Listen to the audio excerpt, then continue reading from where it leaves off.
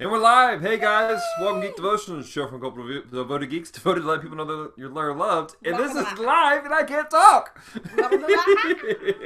Hi. This is Celeste. I'm Dallas. We cannot seem to do this straight. No, we can't. So, Ever. This is our 52nd episode. You would think after 52 episodes of doing Geek Devotions that we would be able to have this down pat, but guys, it ain't pretty sometimes. There's a lot of outtakes. Most of the time. Most So, of the time. This is our final episode of Season 1 of Geek Devotions. And so We have a season 1. We have a Season 1. So that's pretty cool. So that means next week will be the start of Season 2. And next we're going to do some different stuff.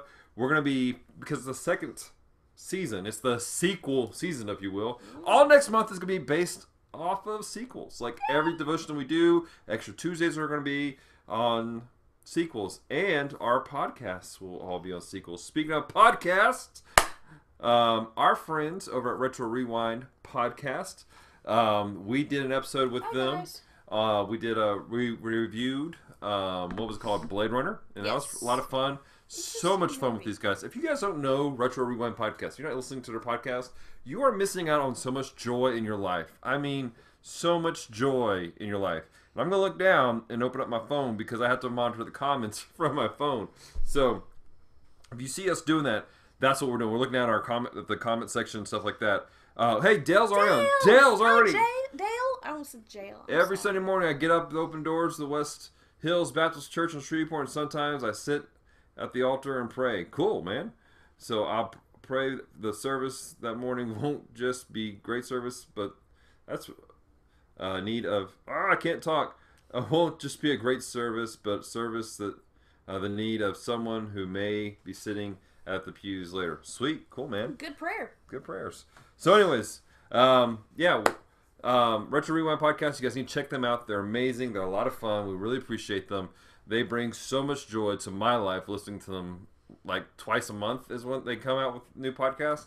But we're going to be on their next one coming out here soon. And cool thing on their YouTube channel, we participated in the Christian Geek Central Summer of Free, which is where Pater from Christian Geek Central posted up a whole bunch of stuff that's like free for Christians to be part of, to do. Yes. It's like, not just Christians, but anybody. It's like free movies, free music, free video games, free books, because he believes that as Christians, we should be good stewards of our money, and sometimes geeky stuff is not. So he made a list of stuff that's geeky and free. So we took part in that, and we are actually going to be on Retro Rewind's portion of it when we're going to be watching Godzilla from 1999. A lot of fun. It's free. I'm going to have a link down below in the description after this broadcast, for you to be able to watch it too, and then have a fun time discussing it with us later. So, did you like my Godzilla impression? I did like your Godzilla impression. So, Francisco goes, "Yeah, you are." Dale says that is what I pray now, that whatever message God has for you tonight will reach the service, the heart. Oh man, you're awesome. Thanks, Dale. We appreciate you praying for us, man.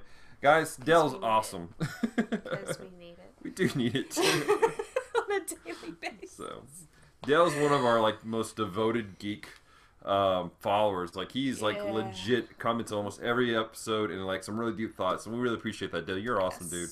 We can always look forward to your comments every time. Celeste, what else do we need to let people know before we get into our wonderful devoted geek devotion? I'm looking at the notes. Sorry. Yes. Are we doing this? Yes, we are. No, that one right there. Yes. Yeah. Yes. That one. Okay. So we are super, super excited to announce that we are going to be setting up a You Caring page so that you lovely people out there can donate to the ministry here and help us get some stuff that we would really like. Right. Like, lights, cameras, that type of thing. Get some better equipment, some things to do on the run interviews, because we do that at GeekCon, which we're going to be going to. Mm-hmm. But it would be, good to have some better equipment. Absolutely. Be able to edit at home. Yes. And all this is going to start up here in a couple of weeks. New Caring is a website that's kind of like Kickstarter and all that, but It's just a little different. And our friends over at Geeks on Grace use it, and so we're going to be running like kind of like a little pledge drive for the month of August, and where you guys can very soon, where you guys can donate to us and help us to get supplies and tools that we need to make Geek Devotions better. We want to make Season 2 even more successful than Season 1 was. And guys, it has been amazing. Last I saw, right before the broadcast, we're at 177 subscribers. That's amazing. We're so appreciative of you guys. Hey, here's a challenge for you guys. Help us hit 200 before our first episode of Season 1. That would be legit. You mean our first episode of Season 2? Yes, our first episode of Season 2. I'm so sorry. Which is next week. Yes, it is. Master Zinmus says he's never seen Godzilla. Dude, you should. It was Big dinosaur. It's not the greatest version of Godzilla, but it was a lot of fun. Which version is it? It's not the one we watched. It's the one that was in New York City. Okay. Not the one that you and I watched that road trip we took. The one where he gave the Listerine to the creature? Not at all. In this movie, this blue stuff comes out of Godzilla's mouth, and he opens up this other monster, and he rips his mouth open, and he goes into his mouth, and it looks like it's like, dude, you need a breath mint. That's what it looked like. It's a true story. So, anyways, we're going to get into the mix of everything. We're going to hit into our Geek Devotion. We're going to be kind of talking about source material and getting back to the source material. Celeste, you want to just kind of start us off? What's going on? Okay, so we have all had the experience of reading a book, waiting for the book to become a movie, and then being epically disappointed. Let's have a moment of silence. Dale says he can't see this. Oh, I don't know why you can't see us, Dale. There went our moment of silence. We're still broadcasting, man. We're still here. If you guys can see us, leave a comment down below. Let us know. So, anyways, continue, Celeste. We are here. One of my favorite books and movies is The Princess Bride. And I watched the movie before I even knew there was a book, before I could read the book. Fell in love with the movie. Adore the movie. Especially the scene where Wesley is climbing up the pits of not the pits of despair, because that is another differentiation. I said that wrong. I'm so sorry. It's I all know good. how to say that word. I promise. But climbing up the cliffs of insanity. That's what he was climbing. In the movie, when they cut the rope and he doesn't fall, he's finding these little bitty finger holds and pulling himself up and climbing and pulling, which is pretty impressive if you'll think about it. Fun fact, though, in the book, instead of finding these little handholds and climbing up the cliffs of insanity, he was literally, because the cliffs were so smooth, which is why they were called the cliffs of insanity, that he was punching into the cliff. Oh, wow. And then lifting himself up. That's intense. And punching and lifting himself up. And punching and lifting himself up. The entire way. Like, it even in the book kind of describes the cadence of it. Of the punch. Punch. Like, it's like the author was very good at just making you feel like you were there. Right. So, it's just one of those things that's a difference in it. The fact that in the book, the pits of despair, since I brought that up, I'm going to throw that in there, sure. even though it's not in the notes, was actually a zoo of torture. Wow. That Rugen and Humperdinck had created. Mm-hmm. So it's very, very interesting. There were 10 levels that they had to go down to get to Wesley when they saved him. Crazy. So you got that in books, and we've all seen that ridiculousness where it goes from the book to the thing. And so much like Celeste, she wouldn't even, like, if she knows it's based off the book, she wouldn't even watch or won't even read the book until after she's seen the movie, because she's going to be disappointed. Then I will hate the movie. Hate it. Right. Unless it's like several years later. Yeah. And then I've forgotten. Sure. So, but at the same time, it's not just in that. We see it in other media. It's like when people take like a show or a movie and they try to remake it or redo it. For example, recently we did a podcast on Voltron. Yes. And check out our podcast, Com Talk, by Geek Devotions. It's on iTunes and Google Play and all that good stuff. I'm so sorry. I'm not bored, I Right, promise. I promise. It's good. All right, so, but we did a podcast on that. But part of the reason why we did it was because we found it interesting that we went back and watched the original source material for Voltron, which was called Beast King Go Lion, which is a different anime and had so much more to it. And what happened is when it came from Japan to America, they took it and they redid it, and they chopped out a whole bunch of things. They had a whole bunch of repeating panels, more so than what Disney does. That's for you, Paul. And but all these things, and it was just a crazy, crazy combination of things. But what they were doing though is they're trying to market towards kids. And so sometimes taking the source material and cutting it down, scaling it down, isn't necessarily a bad thing. Yeah. It's not always necessarily tragic, but it depends on the purpose and the intention of doing it. In this case, they're trying to market towards kids and trying to get kids into certain things and help them to, you know, I personally believe that somebody, yeah, they're trying to make money, but I feel like somebody in the decision of doing this, they had a love for anime. They're like, hey, let's do this thing. Let's bring something to the kids of the era of the 80s. And so sometimes it's not always a bad thing. And so all that being said, flip the script around here. Jesus juke, for those of you who were like into that terminology. Let's flip that around. I know, I hate that word too. So, but sometimes when we're telling the script, Bible stories to people, we have a tendency to leave out some stuff from the source material. Yeah. And it goes one of two ways. Sometimes it's good, and sometimes it's just tragically horrible when we do that. And the good side of it is when we're teaching our kids about the scripture. We're teaching them stories about Jesus. And we're teaching them stories about what happened in the scriptures to kind of lead them down the road of the gospel. We don't need to give them all the gory details. We don't need to tell them necessarily about Samson, how he took a donkey bone and beat the crap out of a whole bunch of invading armies. Actually, that was one of the stories I learned as a kid. I did not. But we don't need to be gory about it. We don't need to go to the detail that the scriptures go into. I did not know until I was much older that David cut off Goliath's head. Right. So, yeah, I thought it was. And so we don't need to go into the super gory pick stuff of it, but we do need to present aspects of it. And so sometimes it's not always bad to take out some aspects of the source material when presenting it in context. Yes. You know, it's like when we look at scriptures and you got all these translations that come out, and there are some that are not translations, and I will never advocate them as being good study Bibles that you should study from, but they're great paraphrases of scriptures to get the idea of it across when you try to teach a new believer and help them understand the scriptures. Yes. I'm not necessarily going to say any of the specific names of those things because I don't want somebody to go, oh, he's endorsing this or he's bashing this. Yeah. But there are paraphrases out there that they're great resources for teaching somebody about the scriptures and help that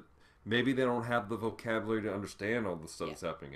Maybe they're just new believers and they don't understand the intricacies of certain things. And so these paraphrases help, you know, but we have to go back to the source material to re-up everything. So on the flip side of that, though, sometimes when it's not appropriate, we water things down. You know, if you're not talking to a 5-year-old, you don't necessarily need to cut out the actual things that happened. You need to present things as they happened. Right. There's a lot of people that cut out some of the goriness of the gospel. And yes, while I understand that, and not it doesn't need to be something we harp on because that's a very tragic thing, and it's very easy to get wrapped up in the tragedy rather than the beauty. But at the same time, some people go too far, and they never talk about the fact that what Jesus did was an actual sacrifice. Right. It was hard the entire way. Absolutely. Let me slide in real quick out of our comment section. Master Christmas, he says, I'm only a teen now, and I saw DBZ when I was a kid with it censored, and I still got the whole story, which is exactly what we're talking about with what you're saying here. Exactly. Because that was appropriate for you at the time. Right. Now that you're older, you may be able to handle the full story, but when you were younger, you probably would have gotten bored at some point with it. I don't know. I haven't done Dragon Ball Z. Sorry. It's all good. I just knocked the notes off thing. This is live! So live! But actually, in 2 Timothy, Paul points this out, and I'm going to pull my phone out because I have actual Bibles, but this was easier and space conscious. In 2 Timothy 3:5, it's talking. Paul is it Paul? Paul wrote the Timothy. Yes. Okay, thank you. I had to clarify because I couldn't remember exactly. I wanted to make sure I said it right. Space out. Paul was talking to Timothy and warning him about people who do water down the gospel too much to the point of it's unhealthy. Right. And just to give you some context, it says, they are holding to an outward form of godliness, but denying its power. Avoid these people, for these are those who slip into households and deceive weak women, weighed down with sin, led away by various desires, always learning, yet never able to come to the knowledge of truth. And then it goes on to talk about specific people that opposed Moses and whatnot. It's a really good chapter. You should read it. You should read the whole Bible, but I do highly suggest this chapter. So, you know, it's even then it was a problem of people, you know, reading things and studying things and watering things down or becoming dry, which is another form of watering it down. Yeah, absolutely. You can become so enamored with the studying, with the learning the Hebrew and the Greek, which is awesome if you do that, but don't let that rob you of the love and the joy and the power that comes with the story. Yeah, absolutely. Because there is a lot of aspects to the scriptures that are experiential, and because we're not necessarily there, you know, we're not in the New Testament, we're not in the Old Testament, we're not actually walking with Abraham. There are cultural things that we can't understand and we can't experience in a real way. Yeah. And so we have to, like, we can study and we can get down to the root word of everything, but we have to try to take it and go, okay, what does this actually mean? Try to put ourselves in the story, try to understand it. Yeah. And so, and I feel like once we, following this rabbit trail briefly, once we understand the context and what was going on at the time and what the situation was, we can go, okay, this is what they were trying to say, so let me apply this to this situation. Right, absolutely. But everything has to go back to the source material for us to really understand what's happening, to fulfillment. I mean, again, I can water down a message for kids. Yeah. And I say water down, like, it's got a bad rap over the years. People are like, oh, it's a watered down gospel. Not necessarily. It's just that I'm explaining it on a level that they can understand. Making it more bite-sized. Yeah. You know, try to help them understand what's happening, and so that they can conceive in their minds, this is what Jesus really is like. And so we'll got some fun in the comments. Francisco, but what do you guys think about people that don't ever go any deeper on their own than what they've learned as kids in the Bible? Wouldn't it be better for them to be to get a fuller picture, a thought? Shorthanded thought. Absolutely. Yeah. But at the same time, it's all about demographics and who you're talking to and how you're talking to them. Yeah. You can give them the full story without giving them the gory details. Exactly. You're not gonna. Well, I don't know about y'all, but I'm not gonna tell an 8-year-old that Abraham gave his wife to a king and told her it was his sister so they could get married, because there's things in that story, and that was a condensed, more family-friendly version. But I lost my thought. But at the same time, they know the story. Right. They know the basis in it. Sure. And when they're adults or older teenagers and they can handle all the details, then okay, go read that and realize what actually happened. Sure. And so, again, it's all about the context of who you're talking to and when you're talking to them. If you only have a few minutes with somebody, you know, you need to pick very strategically what is the most important thing for them to understand in that moment and what will speak to them appropriately that will lead them to Christ in a real way. Okay. Dale asked the question about, would it be too much for some people to see the passion of the Christ? And again, I say that's very situational. Yeah. And again, we're not coming in here with the absolute of, you should never do this or you should never do that. Everything here is a very situational thing. Yes. Where you're at, where you're, who you're talking to, you have to understand, what they can and cannot comprehend. There are some people that are super, super sensitive to the graphicness of certain movies. And to them, I say, they probably don't need to watch The Passion of the Christ. We can explain to them in the scriptures, especially if they're adults, and walk them through some things. Me personally, I wouldn't show an 8-year-old the Passion of the Christ, but to adults and everything, people who maybe they have, they can handle some of that stuff. Yeah, hey, let's sit down, let's watch this with some disclaimer. Hey, look, this is going to get graphic. This is going to get real. This is showing you the source material that we've been reading about for so long, and we need to have an understanding what we're about to watch as we go into it. We don't do absolutes, Francisco. Francisco says, I need absolutes, black and white. Not in this situation. There are absolutes. Absolutely. But not in this situation. Right. So again, situational. Yeah. And we've talked about this before in previous episodes where there are absolutes. There are black and white things. There are things that God has called sin and things that God has said is not sin. But at the same time, in a presentation to people, what is the situation you're in? Who you're talking to? Is it this the best time to bring this up, or is this the best time to bring this up? What is happening in the situation that you are approaching the people you're with? Great example that I gave several months ago, and in one of our episodes, and that was a missionary was telling me about how one of my missionaries classes we were talking about. This missionary went to this little bitty village.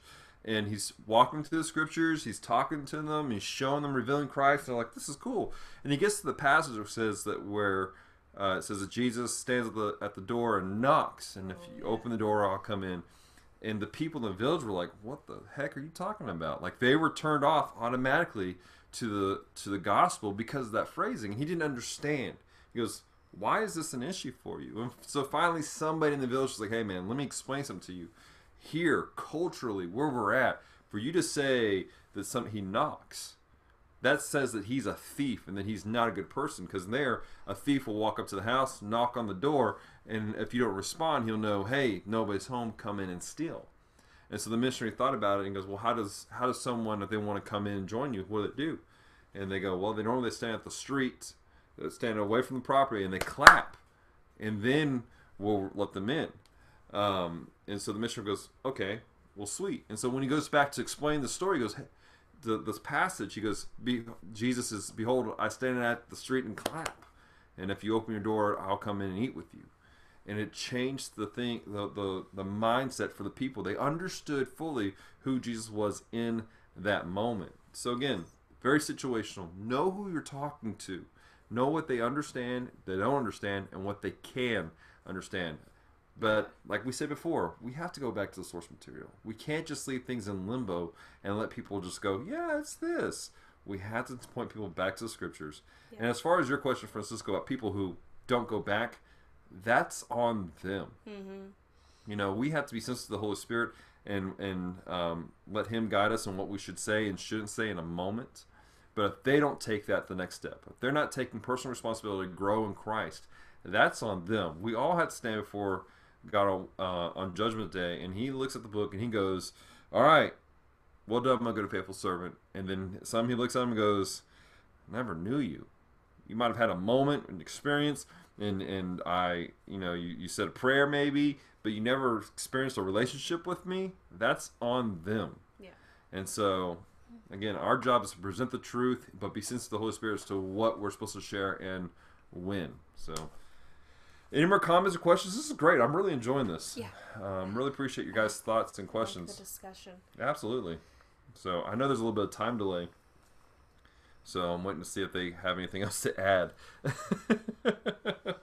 So I do appreciate, Dale, that you brought that up, because someone just coming in and listening could take it as that is what we're saying, is that, you should never do this. Mm-hmm. And that's not what we're saying. It's a both and thing. Again, know your situations, not to be repetitive, but I do appreciate that you brought that up and gave us the opportunity to go, oh no, that's not what we're saying. So what are we reading? Master Christmas says, it might be a bad thing, kind of, but when I was younger in church, I learned it the way it was. Like, I was taught that Jesus was crucified. I think it was more impactful. Absolutely, and I'm not saying that we shouldn't leave that out. That is an essential key. That is like a pivotal point of the story of Christ. He died. He was crucified for our sins. That has to be understood regardless. Yes. if I was making a Doctor Who reference, I would say that was a fixed point in time that cannot be changed ever and ever. Amen. And it has to be something that has to stand firm. That is an essential aspect of our doctrine as Dale. Christians. Now, how you present it, Yeah. that's the thing. I don't think that when you were younger that the teacher sit there and goes, okay, so here's the deal, little 8-year-old. Jesus was beaten up. They ripped the hair right out of his face. They ripped the skin away from his muscle, and then he had to carry this cross. And while he's hanging from the cross, the weight of his own body was suffocating, and so he had to push himself up with his feet, which automatically caused more strain on his body and caused tearing and ripping and the bones and the joints. And then, because he didn't just suffocate and die right at the front end, the plan was to break his legs, but eventually he did die out right at the end. He suffocated, and so hey, let's go ahead and shove this javelin straight into his body, and oh hey, water and blood's coming out, which is a sign that his heart literally exploded in his chest. I don't think that your kid's church pastor said that. Again, You have such a way with words. context. Yeah. That's what we're talking about. Context. Francisco. What's this good for? He said, yeah, and I think it goes back to that some kids may be Yes. ready to listen to the full message. It depends on the kid, not black and white. Yes, absolutely, Francisco. Yes.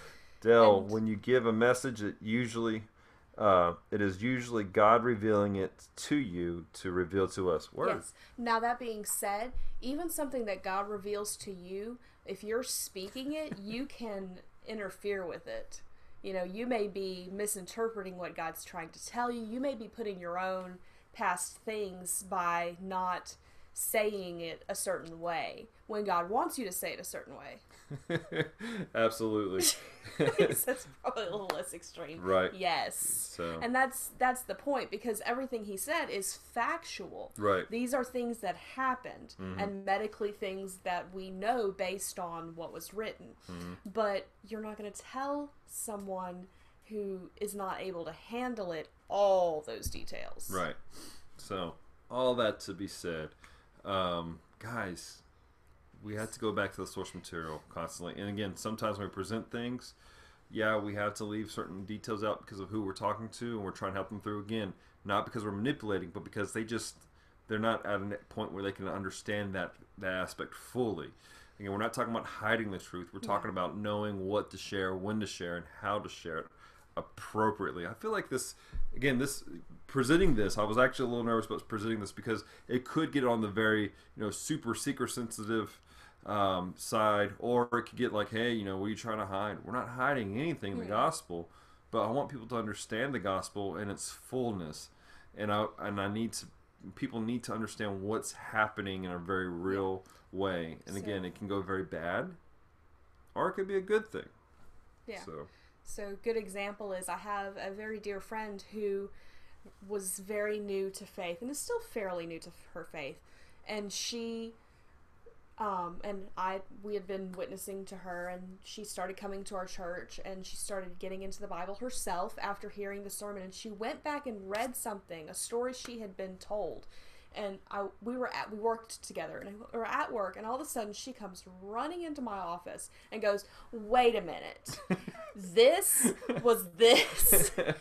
what happened?" I was like, "Yeah, but why?" And so I was like, "Well, this, and this." So it's one of those things of, until she hit a point in her faith to go and search it out for herself, it wasn't one of the things that's, an absolute that needs to be known. Right. At the same time, sometimes we just drown things out because we're just overloaded with information. Yes. Was in a situation recently where one person had said something and it triggered another person to feel the need to explain more, and they're going on, they're talking about it. It's a great discussion, but the initial person, they got the information they needed, and past that they just zoned out. And after that, while it was fantastic information that they're going to need down the road, they didn't accept any of it in that moment. They were just done. So absolutely. So cool beans. All right, any other comments, discussion, talking points in this? This has been a lot of fun. We've really enjoyed this, guys. Yes. So I like that Francisco put #science. yeah, he's exploded #science. Dale, but after you give the message, isn't it up to each of us to study the source material for ourselves? Yes. Absolutely. That is your black and white, Francisco. Yes, it's your job to go back and look it up. Don't trust us. Yes. We're human. Dadgum reading Rainbow. Look it up in the book. Don't take my word for it. It's in a book. Francisco says, congrats on season 1, guys. Woohoo! So, cool beans. Well, before we sign off, and again, we'll be looking at the comments and see if you guys pop up anything else. A couple of things I want to encourage you guys to check out. Francisco is doing a live stream in here in a couple hours. He's playing a game. And we will probably be watching that if we're not Godzillaing. Yes, because Godzillaing is now a thing. It's a new dance move. It's a new dance move. You have to make the noise. Oh man, somebody's gonna take this and make a meme, and you're gonna be like, "What is happening?" I feel like if I became a meme, I would be like super excited, right. And then I'd just be done with it. Yeah. All right. So Francisco's playing Samurai Showdown 2, which I'm kind of excited about because I don't know what that is. I played it years ago. It was if it's the one I think about, it's an arcade game, and that was a lot of fun, mostly because I like samurais and Japanese stuff. Donkey Kong. We haven't played Donkey Kong in a long time. We'll play Donkey Kong later. Okay. So not right now. No, not right now, because we're watching Godzilla after this. And eating pizza. Because we're hungry. Because we're hungry. So, says Frisco, I'm going to be playing Samurai Showdown 2 on the stream tonight. Yes, check it out. Oh, Dell, while I was refreshing, I missed your thing about GeekCon. What up? Yeah, we're going to GeekCon here in a couple of weeks. For those of you who live in the Shreveport area, GeekCon, it's a local event. Takes place. It's going to be, I think, August 19th through the 21st. Yes. It's a Friday, Saturday, Sunday, Friday. It's kind of a just a vendors thing. We're going to be there for all three. We're not going to be there. Oh, yeah, we will be there Sunday morning. I just remember that. Yes. Yes. But, we're going to be late to it Sunday morning, but we're going to be there Sunday morning. And but check it out. Usually, because we thoroughly enjoy the panels, and usually the panels on Sunday are interesting to us. So we typically show up a little bit before the first panel, which is never exceptionally early. So if you're there, either Friday, Saturday, or Sunday for GeekCon here in Shreveport, Louisiana, come find us, holler at us. Love to talk with you. Love to connect with you. Maybe we'll run down and get some Parish tacos, which is down the street because I've been wanting to try it because I'm a taco fiend. And we might hit up Rhino, right? Because it's like right there. Yep. No, we're not gonna have our own booth. No. That's down the road. We want to have a booth, but we don't have anything for a booth yet. And so that may be the next fundraiser once we get all the equipment to do this better with all our own equipment. Now that said, one of the things we're working on is we're going to start going back through all 52 episodes of Season 1 of Geek Devotions, and we're going to put it in book form. Yes. And we're going to try to publish out a book, and then that's something we could have out for the booth at GeekCon next year if we are able to get it together. Kind of like what our man over at Faith and Fandom does, Hector. I have a lot of respect for him. If you guys don't know Hector, if you haven't checked out Faith and Fandom, check out Hector. Yes, he's cool. I don't know if it's still free right now, but on Kindle he had all 4 of his books for free. So. It was a very short. Yeah, but it's Faith and Fandom. Check it out. It's amazing. I feel like I spend most of our time telling people to go other places besides our stuff, but that's okay. But we just like our people so much that we have to share. We do have to share constantly. So all the time. Yeah. So yeah, come find us. I think that's it. Nope, these two. Right. Our podcast. No, we did that one. Yeah, we did. We need to do our podcast. Hey, don't forget to check out our social media, Geek Devotions, but check out our podcast. Sunday's podcast we're going to be doing something cool. We're going to go through the comments that we have. Now, we're recording the intro probably tomorrow morning. Tomorrow afternoon-ish. Yeah, tomorrow afternoon-ish. And we're going to go and we're going to read the comments on our iTunes account. So find us on... Because we have comments! We do. Go to Com Talk by Geek Devotions. Leave a comment. Give us a rating. And we're going to read them. And we're going to read 1 or 2 each week as they pop up. And so if there's a huge list by the time we get to it tomorrow afternoon, we're just going to read 2 or 3 of them and keep going. Did he link... Oh. What is that? Go watch back episodes. Yeah, Francisco, you're going to teach me your magic later, bro. I'm so intrigued. So, all right, I think that's it, y'all. Yeah. All right, I'm going to give you guys about 30 seconds to catch up with us. What is any final comments for Geek Devotions or for us, or questions for us? and then we're gonna sign off. Lizzie, Celeste, I like your shirt. Thanks. It has a mermaid. So Lizzie was one of the youth leaders who went with us to Schlitterbahn this weekend for the youth trip we took. She did a great job. I had to adult. Yeah, she was my backup this time. Dale, take it easy, buddy. Love you, bro. Thanks so much for being a devoted geek and being part of everything we do, man. You are absolutely amazing. So, all right. Anybody else popping in saying yay? Good. 3, We're good. 2, 1. All right, we're gonna kill it. Not gonna kill it. We're just gonna end it. We're gonna end it. We don't shoot computers. We don't shoot computers because we don't have things to replace them.